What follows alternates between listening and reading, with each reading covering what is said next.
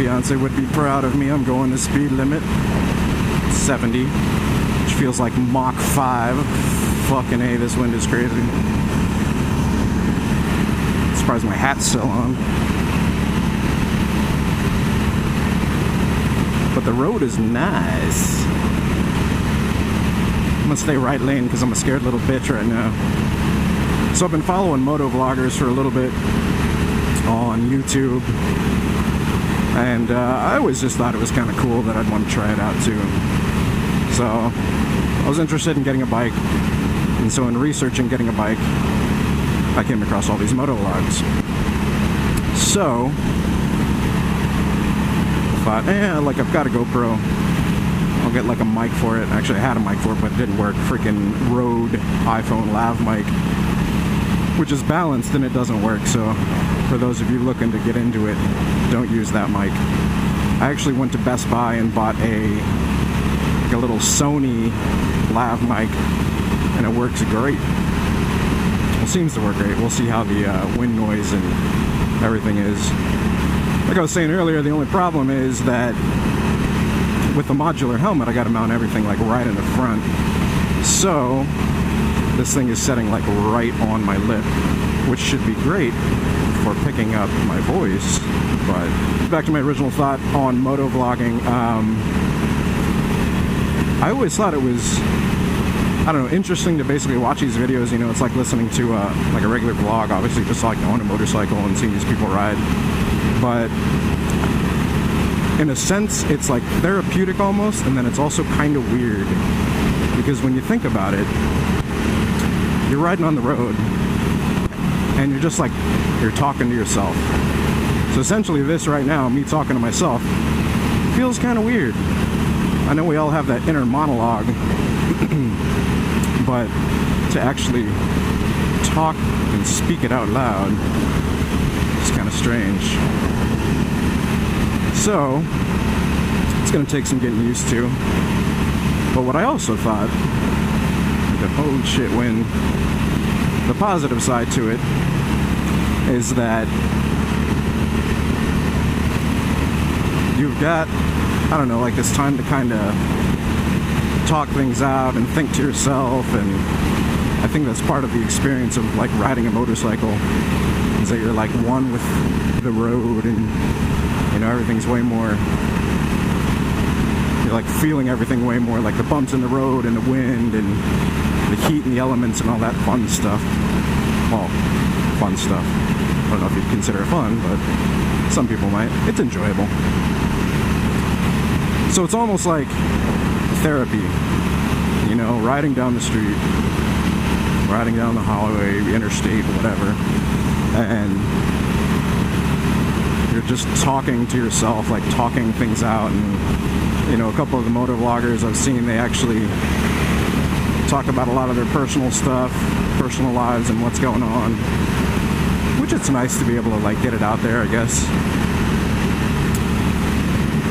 But the talking to yourself part kind of ends whenever you start putting stuff up on YouTube or Vimeo or, you know, whatever website that you put that stuff up on, and people start responding. So it's kind of like talking to yourself, but you're also having a conversation with other people at the same time, only later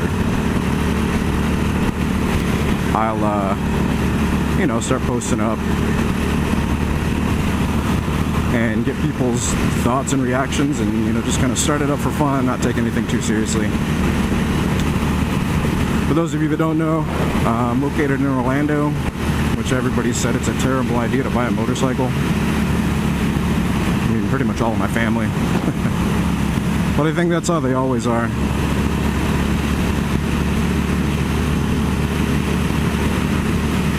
So once you get out of Orlando, it's not so bad, I guess, but definitely around town, lots of traffic. I've had, I won't tell my fiance this, but had a lady pull out in front of me, had to lay on my horn and like swerve to miss her. That wasn't too fun. But once you get out here, like, you know, the roads are nice and open. Granted, they are toll roads, but on the weekend, seems to be okay thus far.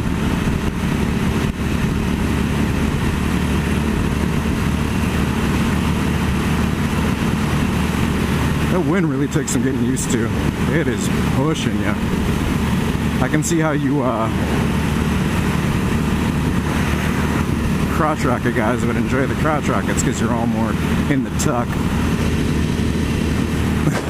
It's a big difference.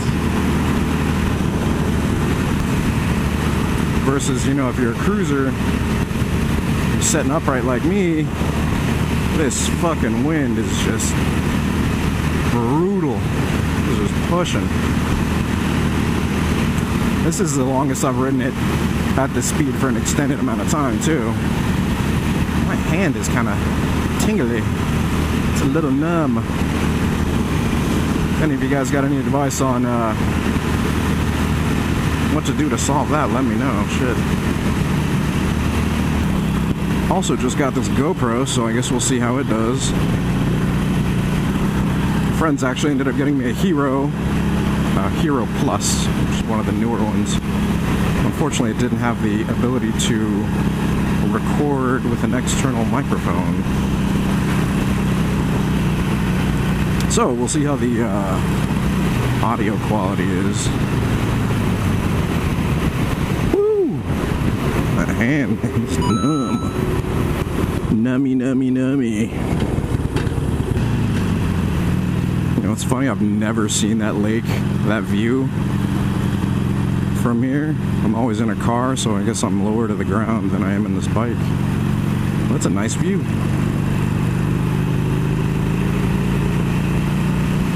My buddy was talking about these headlights called Daymakers, I think he called it. Said that they basically are crazy powerful. They make it seem like the sun is shining directly at where your headlight's pointed at. Since I had that lady pull out in front of me, not that lady, but a lady a while back, I might just have to invest into one of those. Looking them up, and they were like $200 or so on Amazon. If you guys have any recommendations for good ones, you know, let me know. Man, I could totally just swing by this freaking gate. But I'm gonna be a good Samaritan.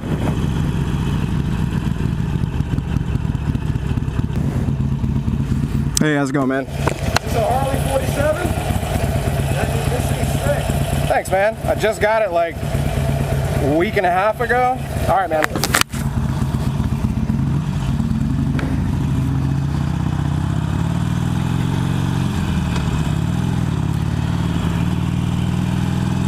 A Harley fan. That's cool. Fucking A, my gas light's on already. That is one of the things of feedback I've heard. Since with a peanut tank, gotta kind of, I don't know, you don't have a lot of range. It's more meant for like an around town bike. But I mean, every now and then I'd like to take, you know, trips out to, oh shit. Lean an angle. You know, trips out to like my friends like out here. But I guess, I don't know, they say whenever your gas light comes on with these things, you've got about a gallon left, which is still like 50 miles, so. Alright, I'll resume it in a bit.